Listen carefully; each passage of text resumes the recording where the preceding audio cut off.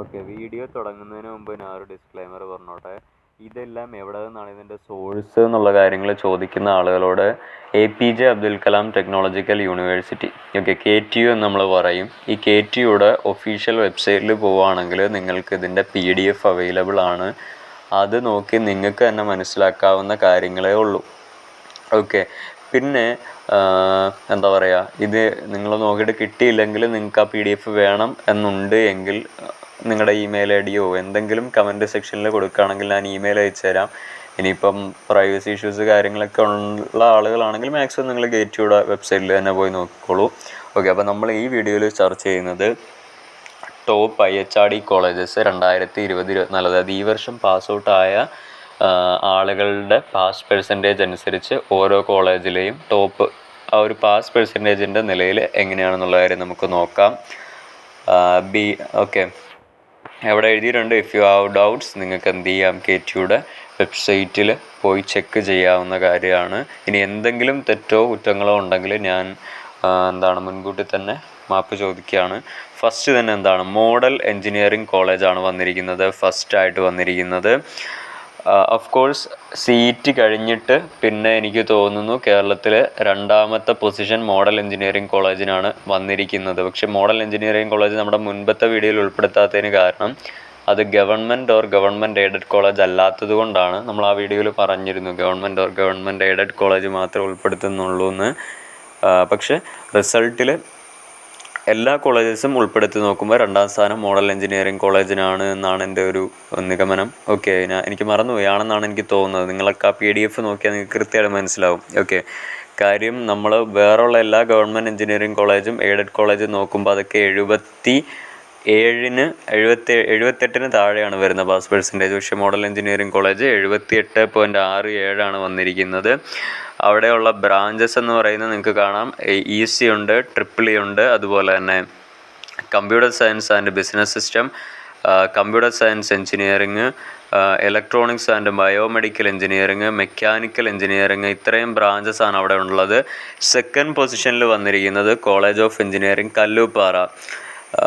ഇതിൻ്റെ ബാക്കിൽ ഇങ്ങനെയുള്ള ഒരു കാർഡ് പോലെ എന്ന് ചോദിച്ചെങ്കിൽ എനിക്കറിയില്ല. ഇതൊരു പക്ഷേ പഴയ ഒരു ഫോട്ടോ ആയിരിക്കും ഗൂഗിളിലുള്ളത്. ഞാൻ ഗൂഗിളിൽ പോയി നോക്കും ഇതിൻ്റെ ഫോട്ടോസ്. അപ്പം ഫസ്റ്റ് കാണുന്ന ഒരു ഫോട്ടോ എടുക്കുന്നതേ ഉള്ളൂ, അല്ലാതെ ഏറ്റവും അപ്ഡേറ്റഡ് ആയുള്ള ഫോട്ടോസൊന്നും ഞാൻ നോക്കാറില്ല. നിങ്ങൾക്ക് ഏറ്റവും അപ്ഡേറ്റഡ് ആയുള്ള ഫോട്ടോ വേണമെങ്കിൽ ഇവരുടെ ഇൻസ്റ്റഗ്രാം പേജ് അല്ലെങ്കിൽ ഗൂഗിളിലൊക്കെ തന്നെ നോക്കിയാൽ നിങ്ങൾക്ക് കിട്ടും. ഓക്കെ, അവിടെ 70% പാസ് പെർസെൻറ്റേജ് വന്നിരിക്കുന്നത്. അവിടെയുള്ള ബ്രാഞ്ചസ് നിങ്ങൾക്ക് കാണാം, electronics and communication, electrical engineering ഉണ്ട്, computer science and engineering, cyber security, computer science, pure computer science, പിന്നെ വൊക്കേഷണൽ ആയിട്ടുള്ള കുറേ കാര്യങ്ങളാണ്. ഓക്കെ, അത് പോട്ടെ. നെക്സ്റ്റ് വന്നിരിക്കുന്നത് കോളേജ് ഓഫ് എൻജിനീയറിംഗ് ചെങ്ങന്നൂറാണ്.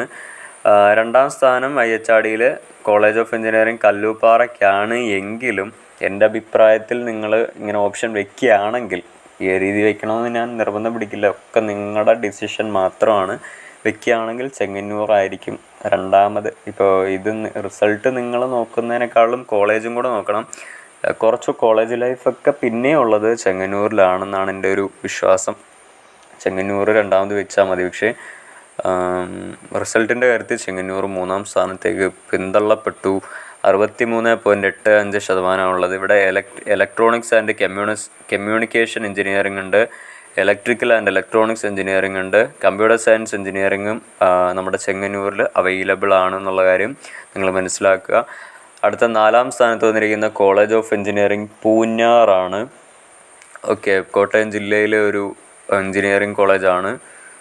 അവിടെ വന്നിരിക്കുന്നത് 59.09% വിജയശതമാനം. കമ്പ്യൂട്ടർ സയൻസ്, അതുപോലെ തന്നെ diploma in computer engineering, diploma in electronics and electrical, diploma in electronics and electronics engineering. ആകപ്പാടെ BTechൽ അവിടെ കമ്പ്യൂട്ടർ സയൻസിന് മാത്രമേ BTech കാണിക്കുന്നുള്ളൂ. എൻ്റെ ഒരു ഫ്രണ്ട് ഇവിടെ ഡിപ്ലോമ ചെയ്യുന്നുണ്ട്, ഇലക്ട്രിക്കൽ എൻജിനീയറിംഗിലാണ് ഡിപ്ലോമ ചെയ്യുന്നത് അവൻ. നെക്സ്റ്റ് വന്നിരിക്കുന്നത് 5ാം സ്ഥാനത്ത് വന്നിരിക്കുന്ന കോളേജ് ഓഫ് എൻജിനീയറിംഗ് കരുനാഗപ്പള്ളിയാണ്. ഞാൻ നേരത്തെ പറഞ്ഞ പോലെ ഈ പിക്ചറൊക്കെ പഴയതാണോ പുതിയതാണോ എന്ന് എനിക്കറിയില്ല, നിങ്ങൾ തന്നെ ഒന്ന് നോക്കാൻ. ഞാൻ ജസ്റ്റ് ഇങ്ങനെ വീഡിയോ ചെയ്യാനായിട്ട് ആദ്യം കാണുന്ന ഫോട്ടോ എടുക്കുന്നതേ ഉള്ളൂ. അവിടെ വന്നിരിക്കുന്നത് വിജയശതമാനം 52.88 ഇലക്ട്രോണിക്സ് ആൻഡ് കമ്മ്യൂണിക്കേഷൻ എഞ്ചിനീയറിംഗ് അവിടെ അവൈലബിൾ ആണ്. ഇലക്ട്രിക്കൽ ഉണ്ട്, കമ്പ്യൂട്ടർ സയൻസ് ഉണ്ട്, മെക്കാനിക്കൽ എഞ്ചിനീയറിംഗ് ബ്രാഞ്ചസ് അവിടെ അവൈലബിൾ ആണ്. 6ാം സ്ഥാനത്തേക്ക് വന്നിരിക്കുന്നത് കോളേജ് ഓഫ് എഞ്ചിനീയറിംഗ് കൊട്ടാരക്കരയാണ്. 52.5% വിജയശതമാനം. Electronics and communication, computer science and engineering അവിടെ പ്യുവർ കമ്പ്യൂട്ടർ സയൻസ് അല്ല, artificial intelligence and machine learning ഉൾപ്പെടെയുള്ളതാണ്. പിന്നെ പ്യുവർ കമ്പ്യൂട്ടർ സയൻസും ഉണ്ട് അവിടെ. ഇനി നെക്സ്റ്റ് കോളേജ് ഓഫ് എഞ്ചിനീയറിംഗ് ആറ്റിങ്ങലാണ് വന്നിരിക്കുന്നത്. 42.85 വിജയശതമാനം വന്നിരിക്കുന്നത്. EC ഉണ്ട്, ട്രിപ്പിൾ ഉണ്ട്, കമ്പ്യൂട്ടർ സയൻസ് ഉണ്ട്. കമ്പ്യൂട്ടർ സയൻസിലെ തന്നെ artificial intelligence and machine learning എന്ന് പറയുന്ന ഒരു സ്പെഷ്യൽ ബ്രാഞ്ച് അവിടെ അവൈലബിൾ ആണ്. 8ാം സ്ഥാനത്ത് വന്നിരിക്കുന്ന കോളേജ് ഓഫ് എഞ്ചിനീയറിംഗ് അടൂരാണ്. ഓക്കെ, 42.39, ഇവിടെ 42.85 ആയിരുന്നു. EC അവൈലബിൾ ആണ്, ഇലക്ട്രിക്കൽ അവൈലബിൾ ആണ്, കമ്പ്യൂട്ടർ അവൈലബിൾ ആണ്, മെക്കാനിക്കൽ എഞ്ചിനീയറിംഗ് അവൈലബിൾ ആണ്. അപ്പോൾ ഇത്രയും കാര്യങ്ങളൊക്കെയാണ് പറയാനുള്ളത്. ഞാൻ നേരത്തെ പറഞ്ഞ പോലെ തന്നെ നിങ്ങൾക്ക് ഇതിലെന്തെങ്കിലുമൊക്കെ അപാകതകൾ ഫീൽ ചെയ്യുന്നുണ്ടെങ്കിൽ നിങ്ങൾ KTയുടെ വെബ്സൈറ്റിൽ പോവുകയാണെങ്കിൽ നിങ്ങൾക്ക് അവൈലബിൾ ആയിട്ട് കിട്ടുന്നുണ്ട്. ഓക്കെ, വേറെ ഏതെങ്കിലുമൊക്കെ സോഴ്സിൽ വരുന്നത് എനിക്ക് കറക്റ്റാണോ എന്ന് എനിക്കറിയില്ല. കാര്യം യൂണിവേഴ്സിറ്റി പബ്ലിഷ് ചെയ്യുന്നതാണല്ലോ റിസൾട്ട്. അപ്പോൾ യൂണിവേഴ്സിറ്റി കൊടുക്കുന്ന രീതിയിലാണ് ഞാൻ വീഡിയോ ചെയ്യുന്നത്.